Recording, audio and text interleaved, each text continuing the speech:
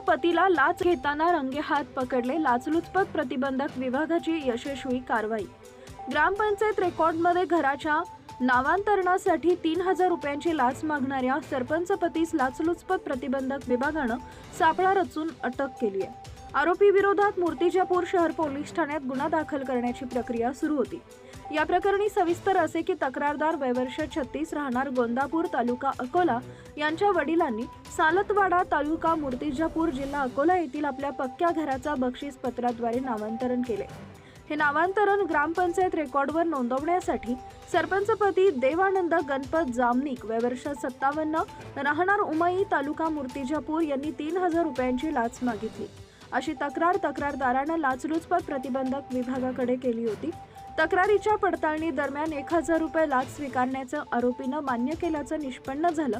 त्यामुळे 27 फेब्रुवारी रोजी मूर्तिजापूर बस स्थानक परिसरात डॉक्टर बाबासाहेब आंबेडकर यांच्या पुतळ्याजवळ सापळा रचण्यात आला। तक्रारदारांकडून पंचासमक्ष 1000 रुपये स्वीकारताना आरोपी रंगेहात सापडल्यानं त्याला ताब्यात घेण्यात आले।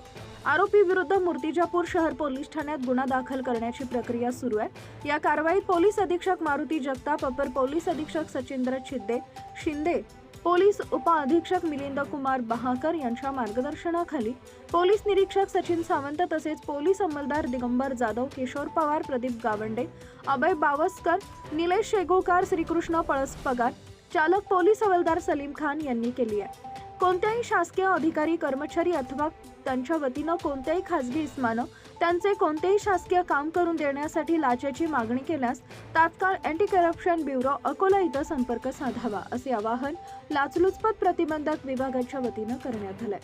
सत्यशोधक न्यूज चॅनलसाठी मुख्य संपादक Santosh Gavai. Subscribe now and press the bell icon. Never miss an update.